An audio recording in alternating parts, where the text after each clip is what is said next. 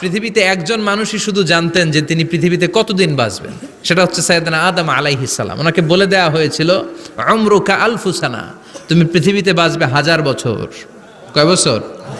সাইয়েদনা আদমের সামনে অনেকগুলো রুহু রাখা হলো। সাইয়েদনা আদম বললেন, এরা কারা?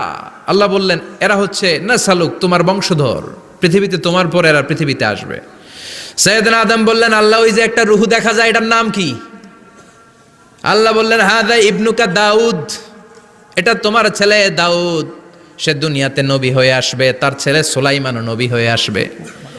সাইয়েদনা আদম বললেন, মাবুদ, আমার ছেলে দাউদের কত বছর হায়াত আপনি দিয়েছেন? আল্লাহ বললেন, 40 সানা, মাত্র 40 বছর, 4 ইয়ার্স, 40 বছর তোমার ছেলেটা বাঁচবে। ও আল্লাহ, আমি বাঁচবো কয় বছর? তুমি বাঁচবা 1000 বছর। সুবহানাল্লাহ। সাইয়েদনা আদম বললেন, মাবুদ, এত ফুটফুটে সুন্দর আমার ছেলে দাউদ, মাত্র 40 বছর দিলেন কেন? জিদ মিন উমরিহি, বাড়ায়া দেন। কি করেন? সুপারিশ করতেছে পোলার লাইগা। কে? বাবা।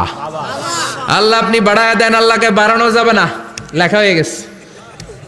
রুফিআতিল আকলাম ওয়া জাফফাতিস সুহুফ, কলম তুলে নেওয়া হয়েছে আর কালি শুকায় গেছে, আর কিছু করা যাবে? সাইয়েদনা আদম বললেন, মাবুদ, আমার 1000 বছর কেন দিলেন?